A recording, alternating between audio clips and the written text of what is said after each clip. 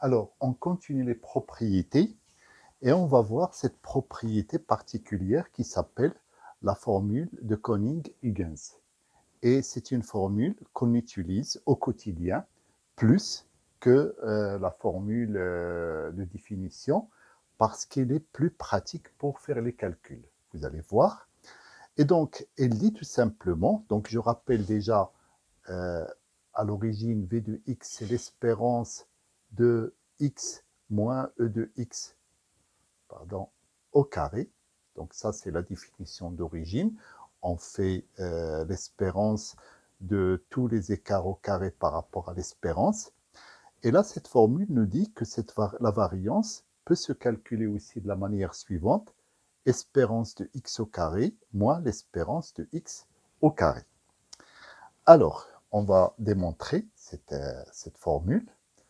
Donc, je commence par écrire la variance de x égale à l'espérance de x moins e de x au carré.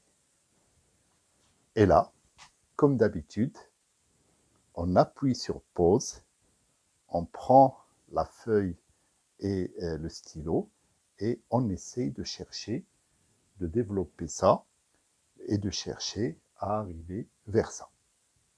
Allez, à de suite.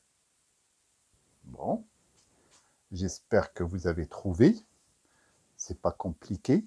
Il suffit d'utiliser les identités remarquables et d'utiliser la linéarité de l'espérance.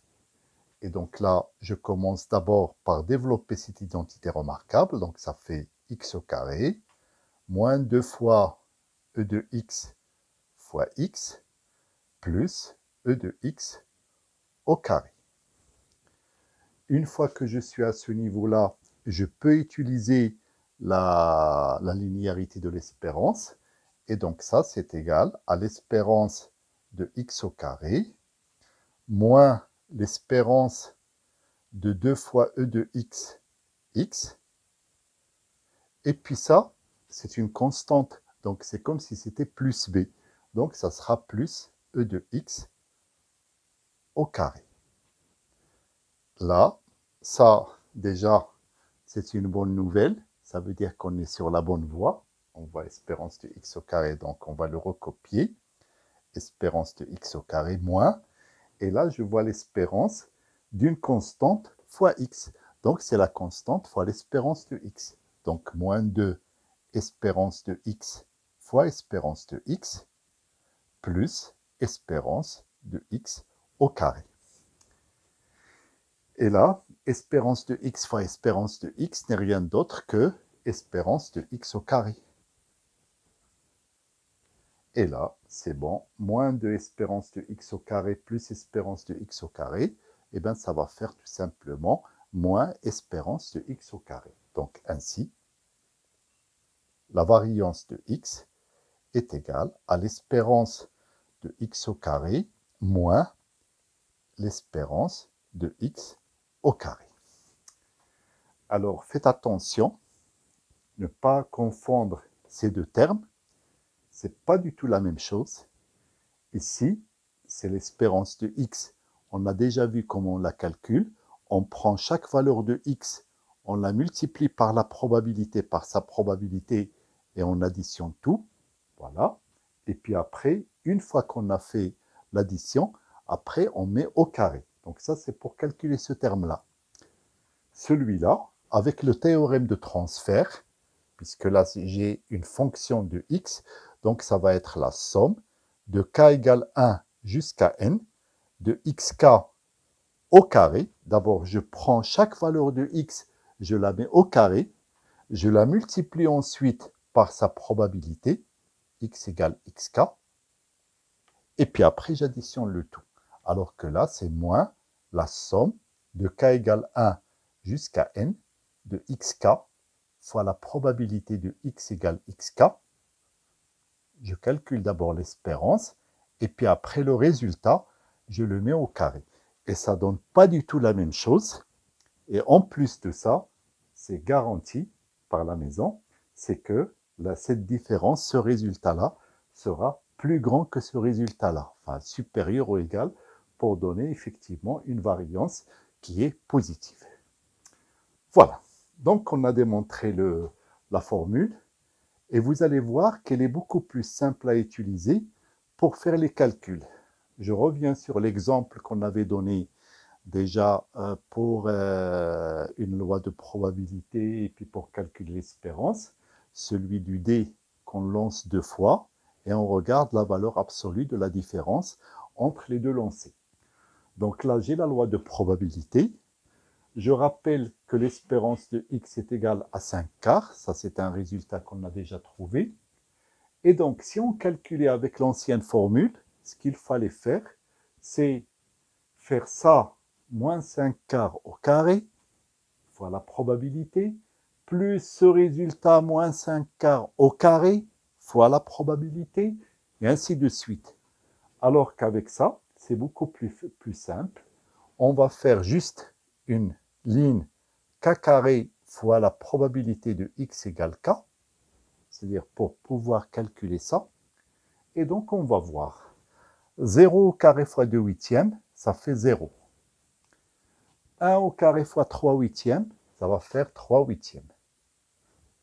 2 au carré, ça fait 4 fois 2 huitièmes, ça fait 8 huitièmes.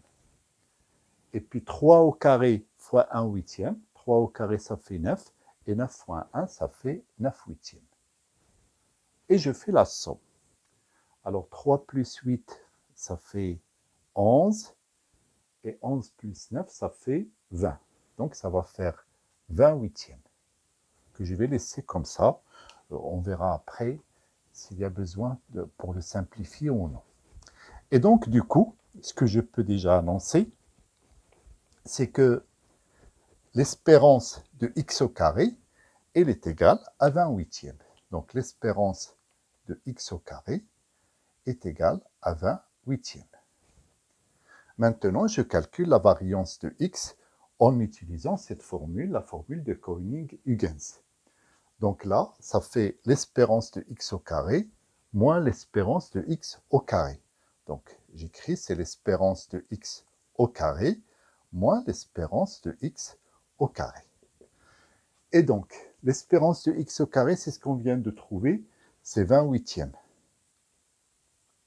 Moins, et donc l'espérance de x au carré, ça va faire 5 quarts au carré, ça va faire 25 sur 16. Et donc là, il suffit de mettre au même dénominateur, ben, ça va faire 40 sur 16 moins 25 sur 16. Et là, vous voyez ce que j'ai dit tout à l'heure. Ce résultat-là, il est toujours supérieur à ce résultat-là. Et du coup, j'obtiens V de x est égal à 15 sur 16. Et puis, sigma de x est égal à racine de 15 sur 4. Voilà. Et donc là, ce résultat, qu'est-ce que ça signifie concrètement? Ce résultat tout seul, enfin ça donne, c'est une mesure de la dispersion autour de l'espérance, mais ce résultat tout seul ne veut pas dire grand-chose.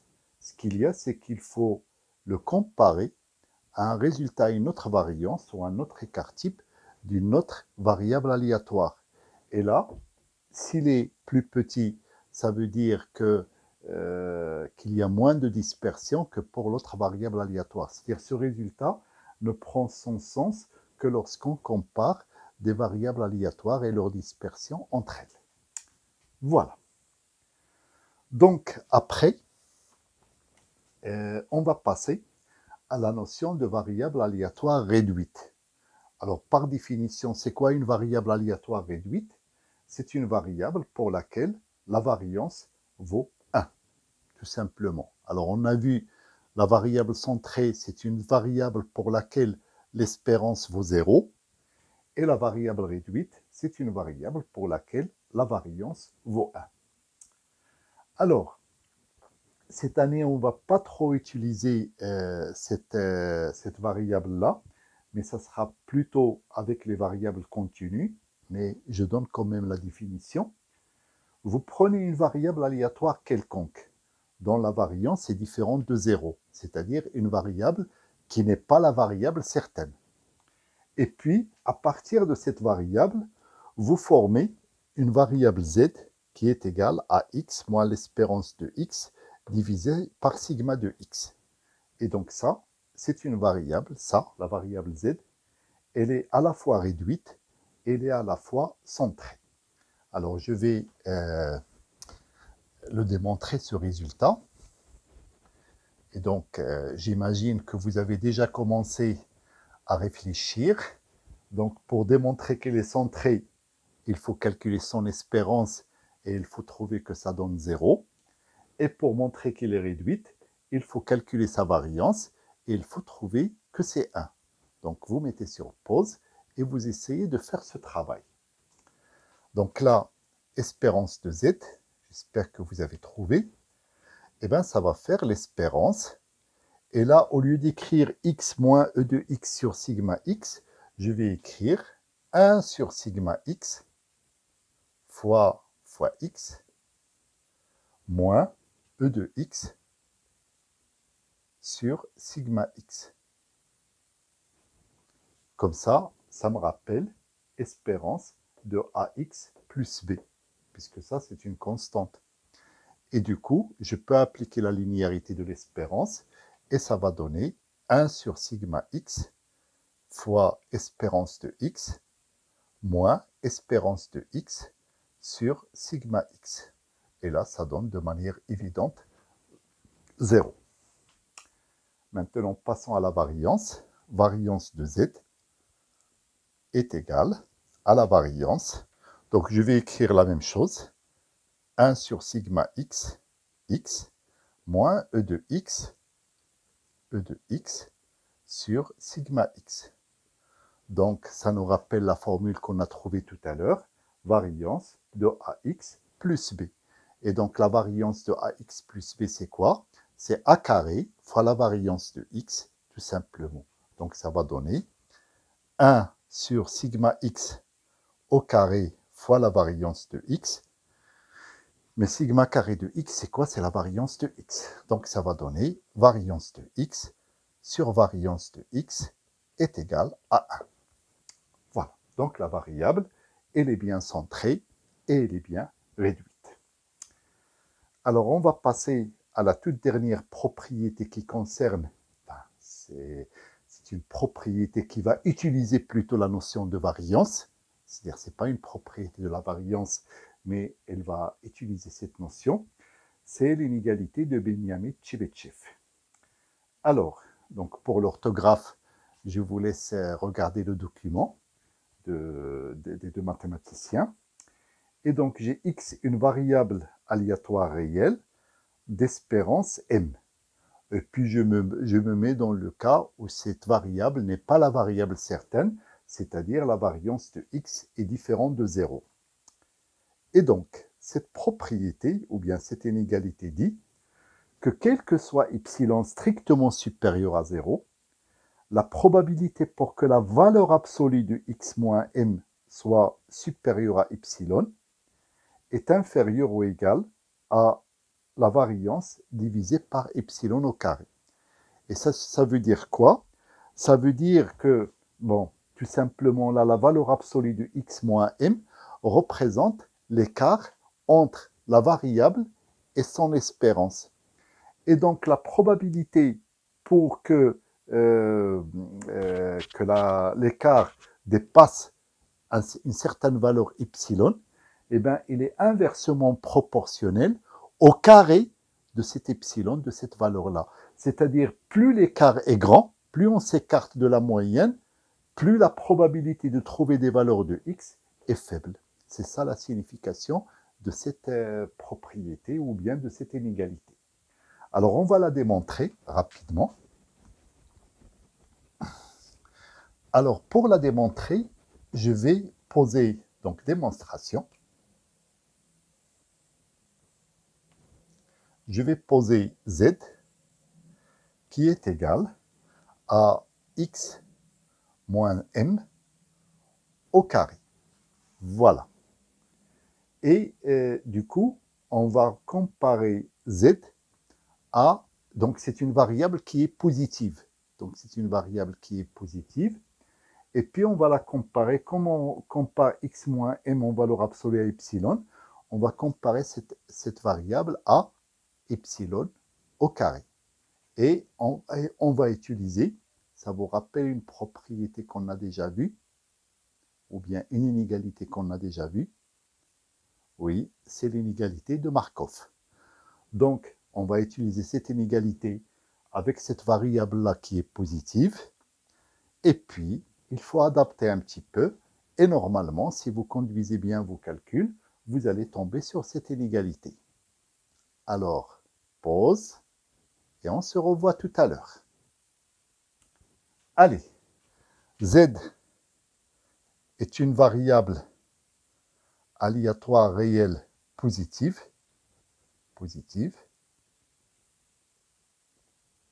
Donc, d'après l'inégalité de Markov,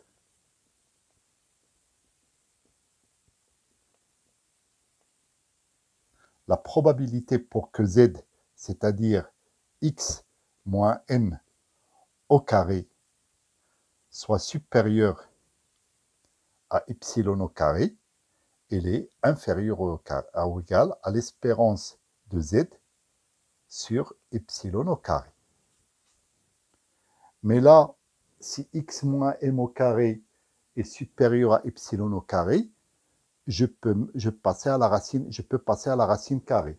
Donc ça, c'est équivalent à la probabilité de la racine carrée de x moins m au carré est supérieure à epsilon. Enfin, la racine carrée de epsilon au carré, comme epsilon est strictement positif, eh bien, c'est epsilon, est inférieur ou égal.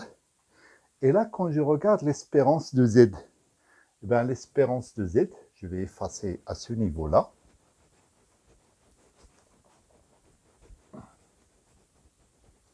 Donc, l'espérance de z, c'est quoi? C'est l'espérance de x moins m au carré, c'est-à-dire l'espérance de x moins e de x au carré. Et bien, là, ce n'est rien d'autre que v de x. Voilà. Donc, c'est inférieur ou égal à v de x sur epsilon au carré. La racine carrée de x moins m au carré, x moins m peut être positif comme il peut être négatif. Et donc sa racine carrée, c'est comme d'habitude, c'est équivalent à dire que la probabilité de la valeur absolue de x moins m supérieure à epsilon est inférieure ou égale à v de x sur epsilon au carré. Ce qui permet d'avoir la démonstration de cette inégalité.